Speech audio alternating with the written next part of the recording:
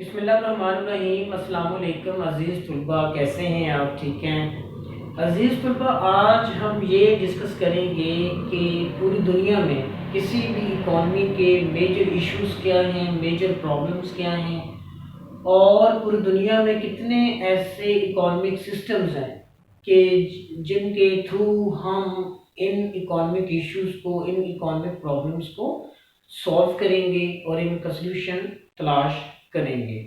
तो अजीज़ तुलबा, आइए हम स्टार्ट करते हैं। जैसा कि आप देख रहे हैं कि किसी भी इकोनॉमी के जो कोर प्रॉब्लम्स हैं वो 4 हैं। Number 1, what to produce. Number 2, how to produce. Number 3, for whom to produce. And number 4, how much to produce. These are basic 4 problems of an economy. और अब हम ये देखेंगे कि इन बेसिक प्रॉब्लम्स को, इन कोर प्रॉब्लम्स को किस तरह से सॉल्व किया जाता है और इन मेजर डिसीजंस को किस तरह से अंडरटेक किया जाता है जितने भी दुनिया में इकोनॉमिक सिस्टम्स हैं। तो अगर मैं आपके साथ ये डिस्कस करूं कि सबसे पहले हम ये देखते हैं कि इकोनॉमी क्या है। डियर स्टूडेंट्स, किसी भी पर्टिकुलर एरिया में जितनी भी इकोनॉमिक एक्टिविटीज परफॉर्म होती हैं उनको सम अप कर लिया जाए तो that will be your economy. अब इकोनॉमिक एक्टिविटीज कौन सी होती हैं? इकोनॉमिक एक्टिविटीज में बाइंग भी होती है, सेलिंग भी होती है, प्रोडक्शन भी होती है, कंजम्पशन भी होती है। व्हाट्सएवर जितनी भी ट्रांजैक्शंस हुई हैं कैश के साथ जिनको मेजर किया जा सकता है, दीज आर इकोनॉमिक एक्टिविटीज। अब उनको सम अप कर लिया जाए तो उसे हम कहते हैं कि इकोनॉमी।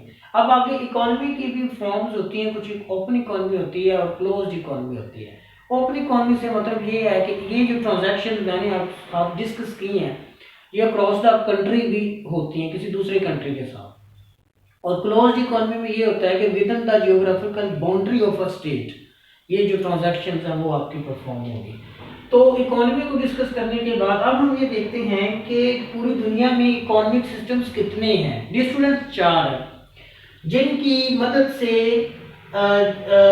ये जो 4 बेसिक प्रॉब्लम्स हैं इनको सॉल्व किया जाता है। तो सबसे पहले है कैपिटलिज्म, सेकंड वन पे है सोशलिज्म, थर्ड वन पे है Islamic economic system, the last one is the mixed economic system. Dear students, already हम कैपिटलिज्म को डिस्कस कर चुके हैं जिसमें हमने ये पढ़ा था, डिस्कस किया था कि कैपिटलिज्म में फ्रीडम होती है। कैपिटलिज्म में जो एक प्रॉपर्टी के राइट दिए जाते हैं पब्लिक को कि वो जो प्रॉपर्टी है वो हासिल कर सकती है, और जो मीन्स ऑफ प्रोडक्शन होते हैं वो गिवन किए जाते हैं फर्म्स को, इंडिविजुअल्स को, और उनको ये भी राइट्स दिए जाते हैं कि वो खुद से ये डिसाइड करें कि क्या प्रोड्यूस करना है, कैसे प्रोड्यूस करना है, रिसोर्सेज को कैसे मैनेज करना है, किसके लिए करना है और कितनी क्वांटिटी में प्रोड्यूस करना है। यानी कि ये जो 4 बेसिक डिसीजंस हैं इनको अंडरटेक किया जाता है कैपिटलिज्म में। इनकी मदद से जो फर्म्स होती हैं, जो इंडिविजुअल्स होते हैं, उन्होंने ये डिसाइड करना होता है और मुकम्मल तौर पर फ्रीडम होती है कैपिटलिज्म में। और कैपिटलिज्म में जो कंज्यूमर होता है वो बॉस होता है, उसकी डायरेक्शन को मद्देनजर रख चीजों को प्रोड्यूस किया जाता है। आइए अजीज तुलबा, अब हम देखते हैं कि सोशलिज्म क्या है। सोशलिज्म बिल्कुल इसके मत से आता है। यानी कि सोशलिज्म में ये है कि जो मीन्स ऑफ प्रोडक्शन है जिसमें तमाम जो नेचुरल रिसोर्सेज होते हैं, तमाम जो लेबर होती है, तमाम फैक्ट्रीज, तमाम जो फर्म्स हैं, वो सारी की सारी जो एक मालिक होती है वो हुकूमत होती है। हुकूमत ने ये डिसाइड करना है कि क्या प्रोड्यूस करना है, कैसे प्रोड्यूस करना है, किसके लिए प्रोड्यूस करना है और कितनी क्वांटिटी में प्रोड्यूस करना है। This is the responsibility of a state. इस सिस्टम में ये स्टेट की रिस्पॉन्सिबिलिटी होती है। आइए हम देखते हैं कि इसको नॉर्मली सोशलिज्म को ब्रीफली डिस्कस करते हैं। कहता है कि इन दिस सिस्टम स्टेट यानी कि government plays an important role in economic matters. जितने भी इकोनॉमिक मैटर्स हैं, अब इकोनॉमिक मैटर्स कौन से हैं? वो बाइंग के वाले से हो सकते हैं, वो प्रोडक्शन के वाले से हो सकते हैं, वो कंजम्पशन के वाले से हो सकते हैं। ये तमाम के तमाम जो मैटर्स हैं, यानी कि ये जो 4 बेसिक डिसीजंस हैं वो किसने करने हैं? गवर्नमेंट ने करने हैं। जबकि कैपिटलिज्म में किसने करने थे? अवाम ने करने थे, इंडिविजुअल्स ने करने थे, फर्म्स ने करने थे, फैक्ट्रीज ने करने थे। तो this is a huge difference between socialism and capitalism. अब इसमें ये देखें कि तमाम जो इकोनॉमिक मैटर्स हैं उन तमाम को किसने मैनेज करना है, स्टेट ने यानी कि गवर्नमेंट ने मैनेज करना है।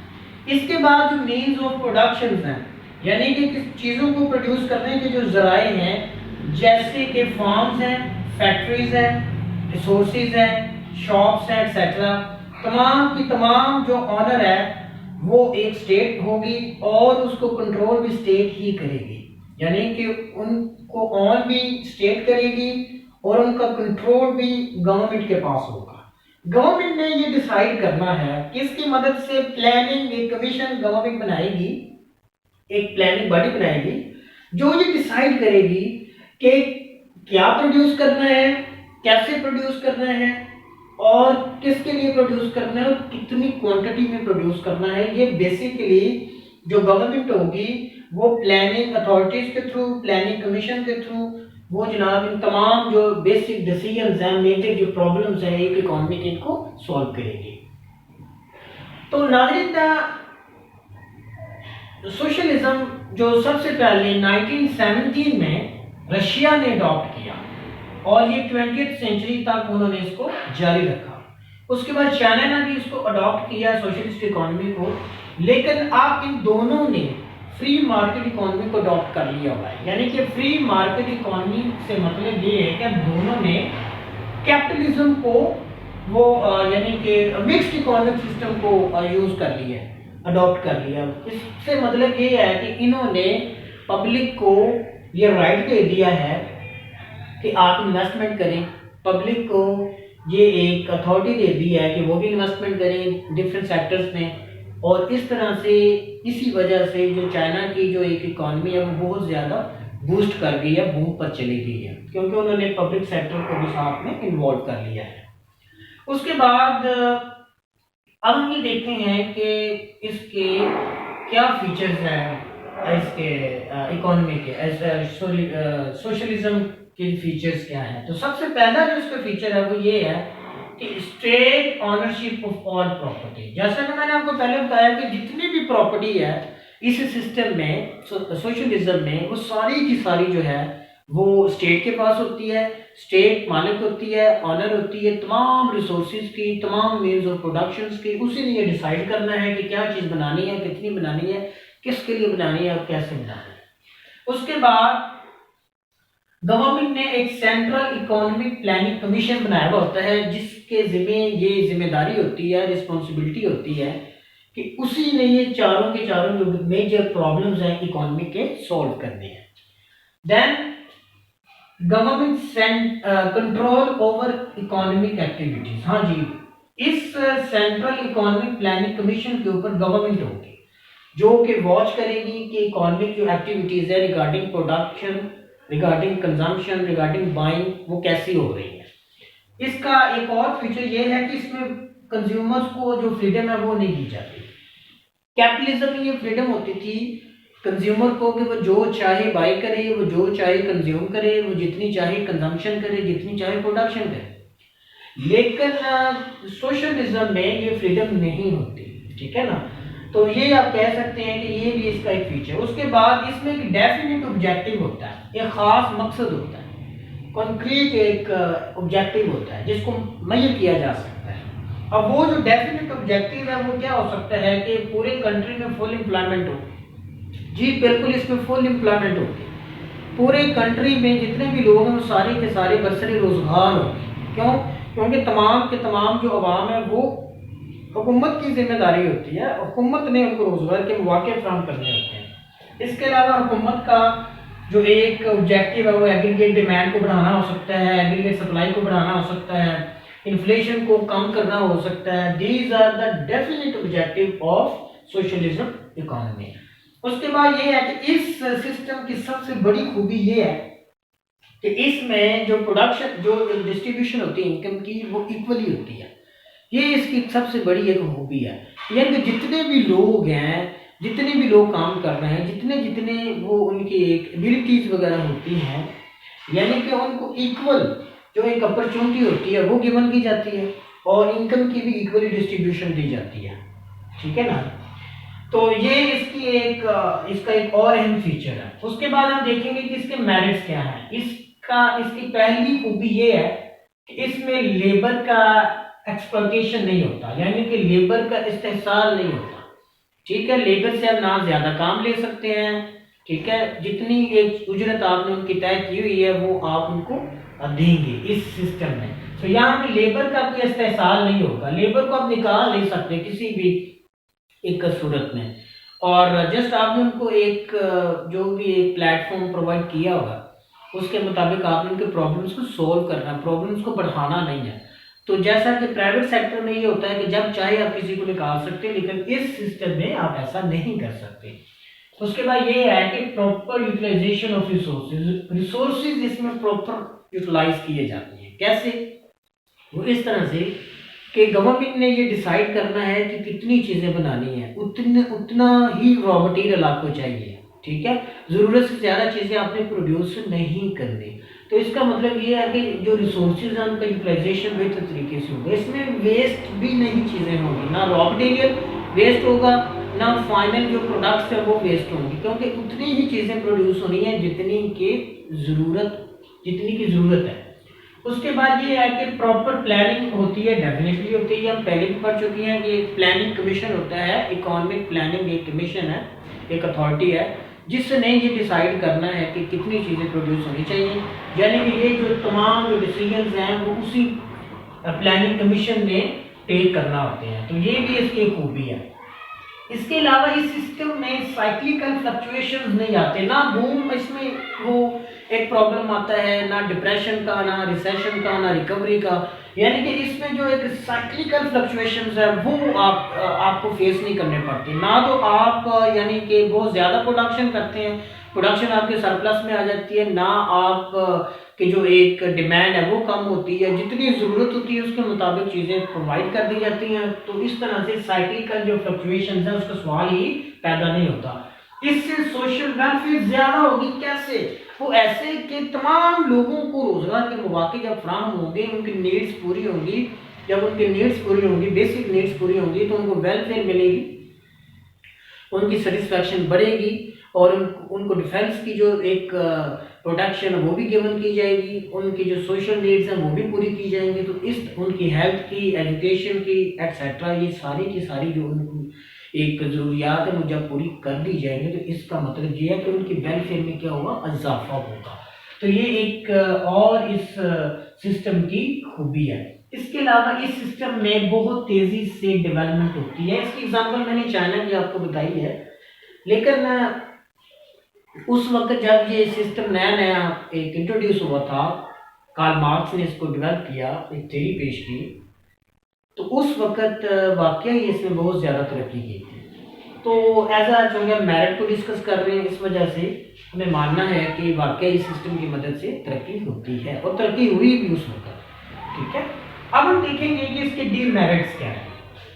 डियर स्टूडेंट्स, इसका सबसे बड़ा डीमेरिट, डिसएडवांटेज ये है कि इसमें कंज्यूमर्स की सॉवरेनिटी को ख़त्म कर दिया जाता है। कंज्यूमर से पूछा नहीं जाता कि उसे क्या चाहिए, क्यों चाहिए। जैसा कि कैपिटलिज्म में आपने देखा कि कैपिटलिज्म में कंज्यूमर बॉस होता है और कंज्यूमर की डायरेक्शंस को फॉलो किया जाता है, जो वो कहता है उसके मुताबिक चीज़ों को प्रोड्यूस किया जाता है। उसके बाद एक और इसका डिसएडवांटेज ये है कि इसमें डेमोक्रेटिक एक सिस्टम है वो नहीं होता। एक डिसीजन होता है जो कि इम्पोज किया जाता है पूरी की पूरी इकोनॉमी पे, जो गवर्नमेंट ने डिसाइड करना है, जो प्लानिंग अथॉरिटी ने डिसाइड करना है, उसी के मुताबिक उसके ऊपर अमल दरामद होना है। तो इसमें फ्रीडम नहीं है, किसी किस्म की कोई फ्रीडम नहीं है, कंज्यूमर्स को, लोगों को कोई फ्रीडम नहीं है। उसके बाद इसमें नो ऑटोमेटिक फंक्शनिंग का तो सवाल ही पैदा नहीं होता। इससे पहले मैंने कैपिटलिज्म आपके साथ शेयर किया डियर स्टूडेंट्स, उसमें इनविजिबल हैंड्स होते हैं, एक सेल्फ इंटरेस्ट होता है, फिर डिमांड एंड सप्लाई फोर्सेस होती हैं जो कि ऑटोमेटिकली जो मार्केट के फंक्शंस होते हैं उनको वो परफॉर्म करते हैं, फिर प्राइस होती है जो कि गाइड करती है कंज्यूमर्स को जो कि गाइड करती है प्रोड्यूसर्स को कि वो अपने इंटरेस्ट को मद्देनजर रखते हुए चीज़ें बाई भी करें और चीज़ों को सेल भी किया जाए प्रोड्यूसर्स के पॉइंट ऑफ व्यू से। तो इसमें ऐसा कोई सिस्टम नहीं होता, क्योंकि गवर्नमेंट का मुकम्मल कंट्रोल होता है, गवर्नमेंट के मुकम्मल एक इंटरवेंशन वो होती है इकोनॉमिक एक्टिविटीज़ पर। तो इसमें ऐसा कोई सिस्टम नहीं है। फिर इसमें एक प्रॉब्लम ये है कि जो एक ब्यूरोक्रेसी के जो इश्यूज हैं वो बहुत ज़्यादा होते हैं, तो अपनी पसंद के अपनी जो एक उसमें मनमानी की जाती है, लोगों को रिक्रूट किया जाता है, लोगों को ट्रांसफ़र भी किया जाता है और वो डेफिनेटली काम भी नहीं करेंगे। और वर्कर्स जो हैं जब वो सरकार के हो जाते हैं तो उनकी एफिशिएंसी कम हो जाती है। एक चीज़ आपने ज़हन में रखनी है कि कैपिटलिज्म में एफिशिएंटली जो प्रोडक्शन होगी गुड्स एंड सर्विसेज की, जबकि इसमें जो प्रोडक्शन है उसकी एफिशिएंसी बहुत कम होगी और वर्कर्स जो हैं वो अपनी एफिशिएंसी बहुत कम शो करते हैं, क्योंकि इन्हें ये होता है कि वो ऑलरेडी गवर्नमेंट के मुलाजिम है, लिहाजा वो इस वजह से उनकी जो एक एफिशिएंसी होती है प्रोडक्शन की वो कम हो जाती है। जबकि सोशलिज्म में एक ये है कि इसमें एफिशिएंटली इनकम की डिस्ट्रीब्यूशन होती है, जबकि कैपिटलिज्म में इक्वली डिस्ट्रीब्यूशन नहीं होती इनकम की। तो ये दोनों का एक मेजर एक डिफरेंस है। उसके बाद है इसमें जो एक इकॉनमी है वो रिजिड होती है, मीन्स टू से कि चेंजिंग्स नहीं की जाती, मीन्स टू से कि इनोवेशंस नहीं की जाती, मीन्स टू से कि जो एक तब्दीली आनी चाहिए एज पर कंज्यूमर की जो नीड्स हैं उसके मुताबिक, इस तरह की कुछ चीज़ें नहीं होती। जो एक पैटर्न गवर्नमेंट ने डिसाइड कर दिया उसी पैटर्न के साथ आपने चलना है। फिर गवर्नमेंट के ऊपर बर्डन है, डेफिनेटली बर्डन है। जब पूरी स्टेट के लोगों की जिम्मेदारी गवर्नमेंट ने खुद टेक कर लेनी है तो फिर गवर्नमेंट ने ही सारे रिसोर्सेज प्रोवाइड करने हैं अपने वार्ड के लिए, तो एक बर्डन तो बन जाता है डेफिनेटली। और इसमें एक सबसे बड़ा एक प्रॉब्लम ये है कि जो इंडिविजुअल्स हैं, जो पब्लिक है, वो प्राइवेट जो एक प्रॉपर्टी है उसको ऑन नहीं कर सकती, वो अपने बिहाफ पे कोई फैक्ट्री नहीं लगा सकती, वो अपने बिहाफ पे कोई शॉप नहीं लगा सकती, कोई स्कूल नहीं बना सकती, यानी कि किसी भी सेक्टर में इन्वेस्टमेंट नहीं कर सकती। तो डियर स्टूडेंट्स, ये मुझे एक बहुत ही ये जो एक फैक्टर है इसका बहुत बड़ा एक डिमेरिट लगता है। तो बाहर कैफ ये बेसिक 4 प्रॉब्लम्स हैं जिसको पूरी दुनिया में 4 इकोनॉमिक सिस्टम्स हैं जिसकी मदद से इनको हल किया जाता है। तो ऑलरेडी हम कैपिटलिज्म को डिस्कस कर चुके हैं और आज हमने डिस्कस किया है सोशलिज्म को। डियर स्टूडेंट्स, अगर आपको ये लेक्चर अच्छा लगा है तो आप ज़रूर कमेंट कीजिए, इसको लाइक कीजिए, शेयर भी कीजिए और हमें अपने फीडबैक से ज़रूर आरास्ता कीजिए। मुझे इजाज़त दीजिए, अपना ख्याल रखिएगा। पाकिस्तान जिंदाबाद, अल्लाह हाफ़िज़।